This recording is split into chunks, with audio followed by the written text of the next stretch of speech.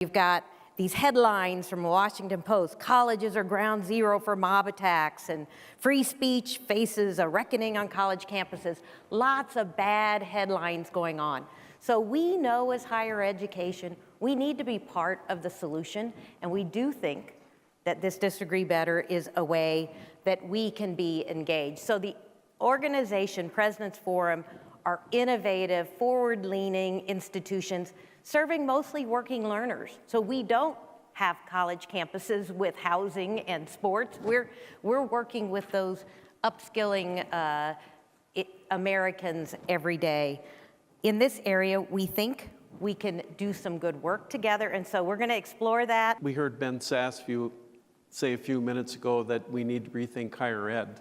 And to a certain extent, the universities that are part of the President's Forum, there are about 20 of us, are probably some of that thinking in action today. As Sue said, we largely focus on educating working adults. At Purdue Global, my typical student comes to us, they're around 30. Most of them have some credit, but no degree, and now it's time to get on in life and find that degree. One of the other things that we think we do as well as anyone in the country is try to recognize prior learning, however you might have had that, whether that be military service, whether that be you've completed industry certifications. We have lots of aggressive test out to demonstrate to us that you understand something, because why do I want to put you through a class if you already understand the concepts? And so when we send our service members and their families to these various places, one of the things that they have to do is figure out how to engage with those local populations who in many cases see the world very differently than they do.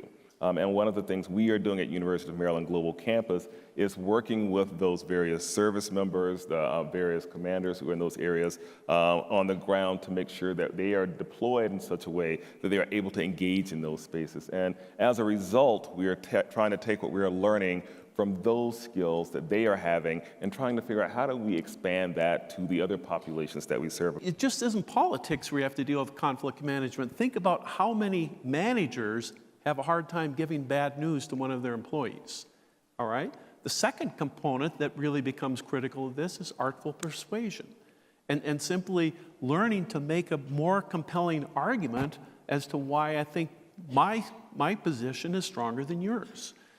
Prior to taking the course, 44% of students indicated they felt very uncomfortable having conversations where they disagreed. After taking the course, 100% of students indicated they felt very comfortable or comfortable having conversations where they disagreed. They actually really got tools and strategies they needed. 66% of students indicated their level of comfort improved after taking the course. 89% of students felt the course provided them with the tools to have productive conversations in both personal and professional settings.